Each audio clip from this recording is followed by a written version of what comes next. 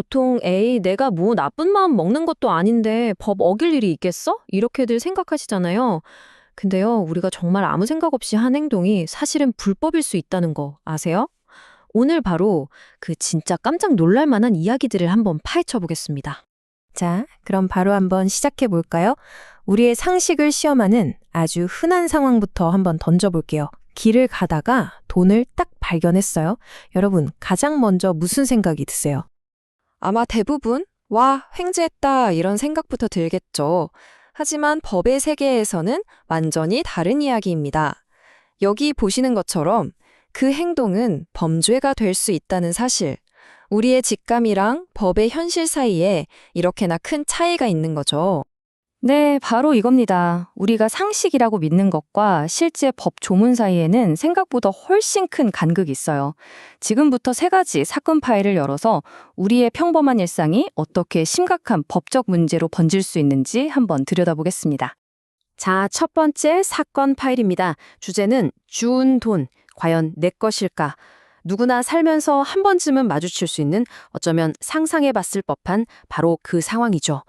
길에 떨어진 돈이나 지갑을 주인에게 돌려주지 않고 그냥 내가 가지면 법적으로 점유 이탈물 횡령죄라는 죄가 성립됩니다. 이게 무슨 말이냐면 주인은 잠깐 그걸 잃어버려서 점유를 이탈했을 뿐이지 소유권을 포기한 게 아니라는 뜻이에요. 그러니까 그걸 가져가는 건 명백한 범죄 행위가 되는 겁니다. 와, 이 이야기 좀 보세요. 이게 진짜 있었던 일이래요. 어떤 분이 공원에서 5천 원을 주어서 커피나 사 마셔야지 하고 썼다가 글쎄 CCTV에 딱 찍힌 거죠. 그래서 경찰서에서 연락이 왔대요. 결국 어떻게 됐을까요? 그 5천 원의 몇십 배를 합의금으로 물어줬다고 합니다. 야, 커피 한 잔 값으로 정말 어마어마한 대가를 치른 셈이죠. 그럼 도대체 어떻게 해야 하는 걸까요? 법적으로도 또 뭐 양심적으로도 가장 올바른 행동은 뭘까요? 정답은 정말 간단합니다. 여기 나와 있는 그대로예요. 발견한 물건은 즉시 가장 가까운 경찰서나 파출소에 가져다 주는 것. 이걸 내가 잠깐 보관하거나 심지어 써버리는 건 절대 안 됩니다. 고민할 필요 없이 이게 유일하게 맞는 방법이에요. 좋습니다. 두 번째 사건 파일로 넘어가 보죠. 담장 너머의 유혹. 이건 동네 산책하다 보면 진짜 흔하게 볼 수 있는 그런 풍경입니다. 길을 걷고 있는데 옆집 감나무 가지가 담장 밖으로 쭉 뻗어 나와 있어요. 거기에 아주 먹음직스러운 감이 주렁주렁 열려 있습니다.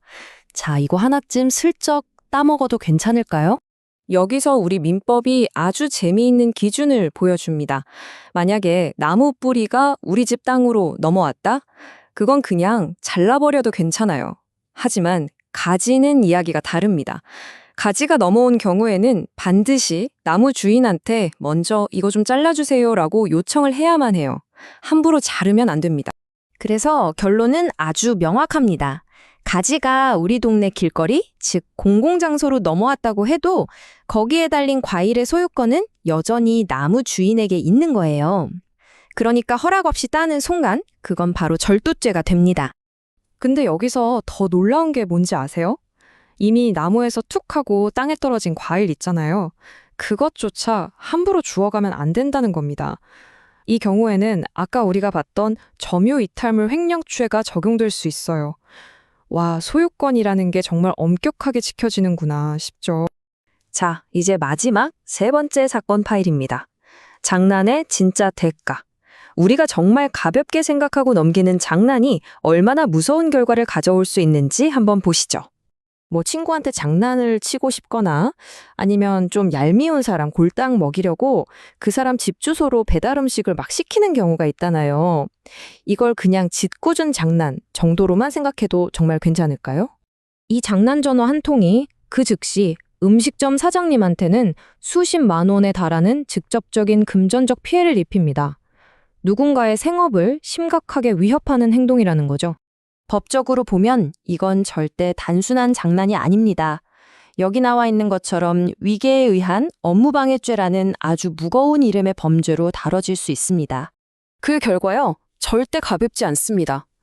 음식값 물어주는 손해배상은 기본이고요. 형사처벌로 넘어가서 최악의 경우엔 실형, 그러니까 감옥에 갈 수도 있습니다. 장난 한 번 잘못 쳤다가 치르는 대가가 정말 어마어마하죠. 최종 판결입니다. 모르는 것은 약이 아니다. 지금까지 우리가 살펴본 세 가지 사건을 통해서 우리가 꼭 기억해야 할 핵심 교훈을 정리해 보겠습니다.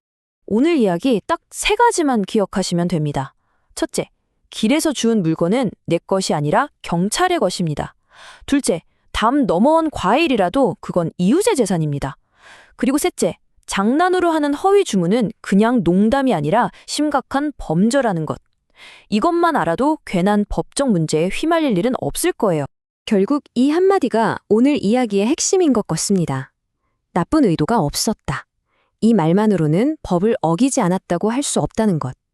그러니까 저는 그럴 의도가 아니었어요 라는 변명은 법 앞에서 통하지 않는다는 거죠. 법을 제대로 아는 것만이 나 자신을 지키는 가장 확실한 방법입니다.